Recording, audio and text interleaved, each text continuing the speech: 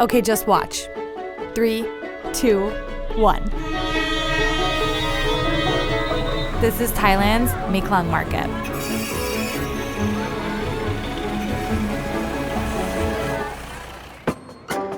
About an hour south of Bangkok. Every day, beginning at 6:20 in the morning, a train runs through Meklang Railway Market, one of the largest produce and seafood markets in Thailand. Through the stalls selling fruit, ice cream, fish, through everything. And if you're wondering which came first, the market or the train, the answer is the market. The Meklang Railway built a commuter train to Bangkok back in 1905. The track they laid ran right through the middle of this market, which had been around for decades. Rather than moving, the vendors stayed put, adjusting their business to the train times. 8 times a day, 7 days a week. ไม่มีเวลาบอกก็คือต้องทำให้ปุ๊บภายใน3 นาทีครับต้องทำให้เร็วที่สุดภายใน3 นาทีคือเราค้าขายที่นี่เราจะรู้กันทุกก่อน3 นาทีก่อนรถไฟจะเข้าเราจะได้ยินเสียงสัญญาณก่อน3 นาทีคือเก็บปลาทูขึ้นบนให้หมดแล้วถึงยกเต็นท์ขึ้นเก็บถังไอติมเข้ามาเก็บเสร็จเก็บร่ม2 ข้างแล้วก็ดูลูกค้าให้ยืนหลังเส้นสีส้มThis system has been perfected over the years. With produce just inches from the train's wheels, tourists and vendors wait as the train passes through. Then, everything goes back to normal. Or at least as normal as an active train line market can be.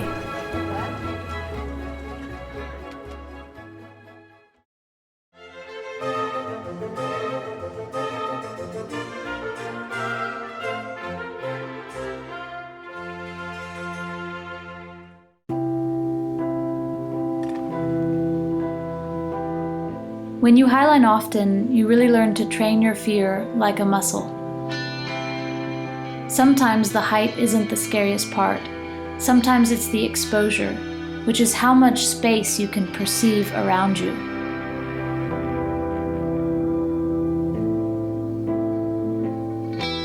My name is Faith Dickey, and I'm a professional slackliner.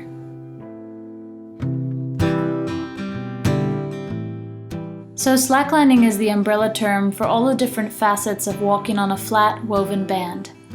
One of these facets is highlining, which is walking a slackline high off the ground. One of the best ways to train for highlining is setting up slacklines over water.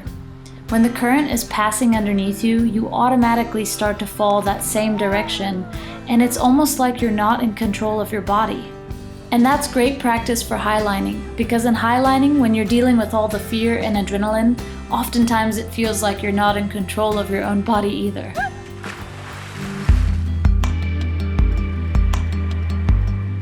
Chamonix is a town in the Alps of France. And it's one of the places that really drives me in highlining. What's different about highlining in the Alps is that the whole experience is more intense. Being that high off the ground, you look at the valley below and the houses are just tiny specks. They look like toys. It's unbelievable. One of the highlines that I walked recently in Chamonix was on Aiguille du Midi. And when we reached the top, it was a totally clear blue sky, and we were surrounded by peaks. But during the process of rigging, the clouds started to roll in. It was like an acid trip walking the line. I was out there in space and exposure trying to balance, and the line was swinging beneath me. Meanwhile, these huge white clouds were passing, and the line would disappear, the anchor would disappear, and then it would reappear. And there was no way to control it. I just had to hang on. Yes! The beauty of the mountains is awesome, and yet it is a landscape that demands focus and respect. Alpine highlining is the purest form of the sport I can think of.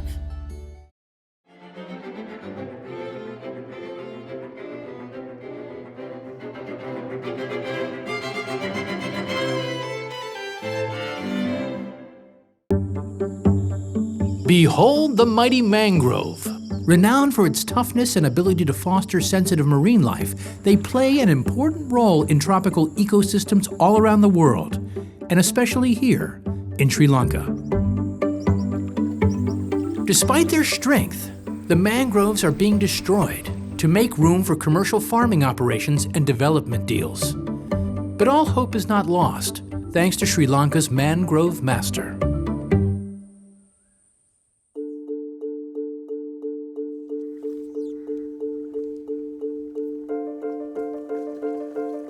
මගේ නම Warnakula Suriya නොවල් Douglas Tissera විශේෂයෙන්ම කරුලාන සංරක්ෂණය සඳහා එකතු වෙලා තියෙන නිසා මට කරුලාන master කියලා නමක් හඳුන්වන්න කරනවා. ඉතින් ප්‍රජාව විසින් ප්‍රජාවගේ කරුලාන සංරක්ෂණ සඳහා නියමයක් විදිහට තමයි ඒකෙන් හඳුන්වීමක් කරන්නේ. මම අවුරුදු 11න් තමයි ඇත්ත වශයෙන්ම මම කලපුවේ දීවර රැකියාව ආරම්භ කරේ අවුරුදු 11න්. එතකොට කලපුවේ රැකියාව කරනවා කියලා කියන්නේ දීවරෙක් කියලා කියන්නේ කරුලානත් එක්ක තමයි එකට බැඳලා තියෙන්නේ දීවර කර්මාන්තයේ කලපුවක. එතකොට මම දැනගත්තා මේ කලපුවේ ඉන්න ඉස්සෝ මාළු කකුළු මේගොල්ලන් හැම කෙනෙක්ම ඉන්නේ මේ කරුලාන පරිසර පද්ධතියත් එක්ක. ඒ නිසා තමයි අපි දැනගත්තේ කරුලාන ආරක්ෂා කරන්න ඕන කියන එක.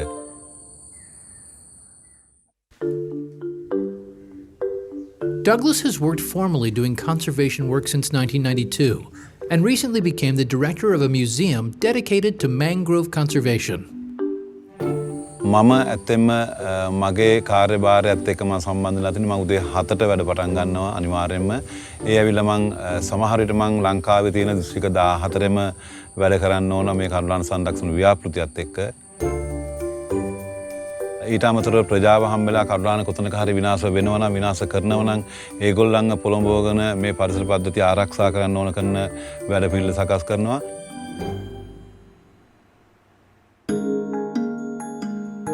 In addition to stopping destruction, part of his conservation work involves planting mangrove saplings to replace the trees that have already been lost. ලක්ෂ 15ක් 20ක් අනිවාර්යෙන් මේ වෙන විට අපි පැල හිටවලා තියෙනවා. ඒවා ගස් වෙලා තියෙනවා. පුංචි පැලයක් හිටවලා ඊට පස්සේ අවුරුදු 5කට පස්සේ තරමක ගහක් දැක්කම අවුරුදු 20ක් විතර ගියාට පස්සේ විශාල පරිසර පද්ධතියක් හැදෙනවා එතන. අපි එක විශේෂයක් හිටෙව්වත් අනිකුත් විශේෂත් ඇවිල්ලා එකතු වෙලා පරිසර පද්ධතියක් නිර්මාණය වෙනවා. ඒතකොට මේ පරිසර පද්ධතියට හිටපු නැති සත්තු විශේෂ අපි දන්නවා කකුළු වර්ග වෙනත් කෘමීන් වර්ග සත්තු වර්ග විශාල වශයෙන් හැල එකතු වෙනවා පරිසර පද්ධතිය නිර්මාණය වෙද්දී. ඒතර අපි පැල හිටවන එකේදී පුංචි පැලයක් හිටෙවුවට අවසානයේ අවුරුදු 15ක් 20ක් ඉඳලාට පස්සේ එතන පරිසර පද්ධතියක් නිර්මාණය වෙනවා මේ විදිහට.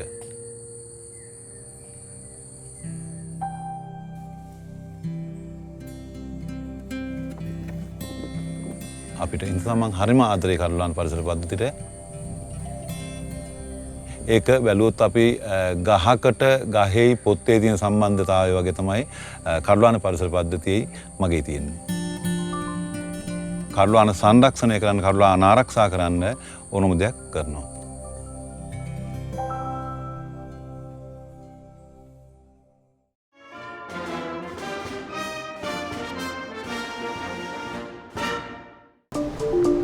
They call this stretch of the North Shore the 7-mile miracle. There's a world-class surf break every 100 or so yards. We rescue up to 1,000 people a year. Definitely one of the most dangerous stretches of beaches in the world. My name is Tao Hanneman, and I've been a lifeguard for 14 years here on the North Shore. I work here at Eukai Beach Park.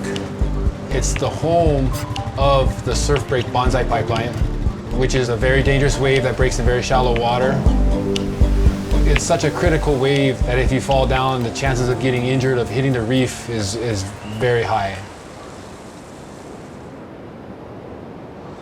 Even when it's really small, we have very strong, powerful rip currents.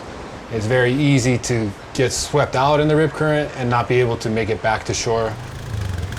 Just yesterday, the lifeguards made about 20 rescues. Knowing that the possibility of drowning is very real, you know, especially in large surf, we all train. My training consists of running the beach, of swimming, anything basically in my area. We do mock rescues. If the surf is big, I'll tell one of my partners, hey, go out and get pounded in the surf. I'll come get you with a rescue tube. So he'll go out and, like, you know, he's taking waves on the head, and we'll see how fast we can get to him. Whatever the ocean's gonna do, if someone needs help and you have to go get that person, you got to be ready to do that. You're putting yourself in a very risky situation, but knowing that your partner has your back, it builds a strong sense of camaraderie. We have a good morale between us all. We do this job for the love of the job. Basically, if you can save another person's life, it's very rewarding for sure.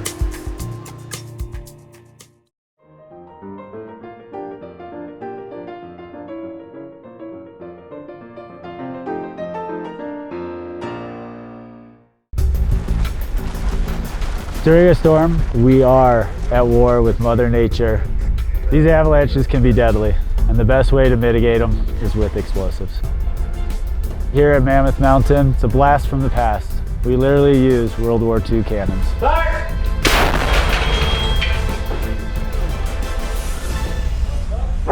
Detonation! Detonation.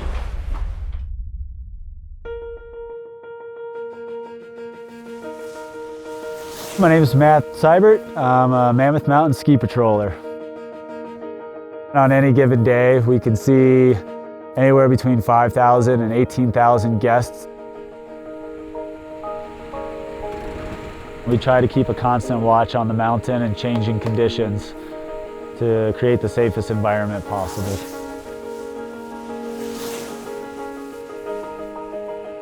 Steep slopes, large snowfall, intense winds are all recipes for an avalanche.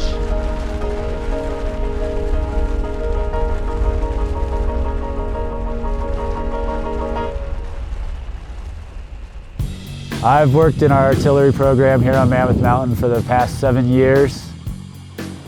The howitzer was originally a World War II weapon of war. Now discontinued in the war theater, it is now a valuable tool for avalanche mitigation. Our whole team feels secure when the gun goes out and fires. It's able to reach targets that we would not normally be able to reach with just throwing hand charges.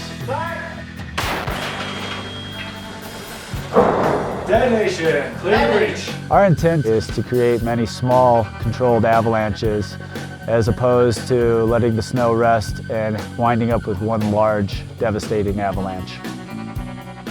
We fire our gun 90% of the time blind, in a storm, without being able to see our target. We are capable of dialing in on one tiny little rock and nailing it on the nose. Detonation! Detonation. The risks are real. Upper mountain wind slab is considerable danger. Each day we arrive at work, we put our name on the board for accountability. We go out together, we work together. At the end of the day, we come in together, take our name off the board, and we don't stop work until the last one of us is in for the day. I do take joy knowing that there are families out here recreating, having fun, bringing up the next generation of skiers and snowboarders, enjoying the mountain. It's a job I love, and it's my goal to create the safest environment for our guests.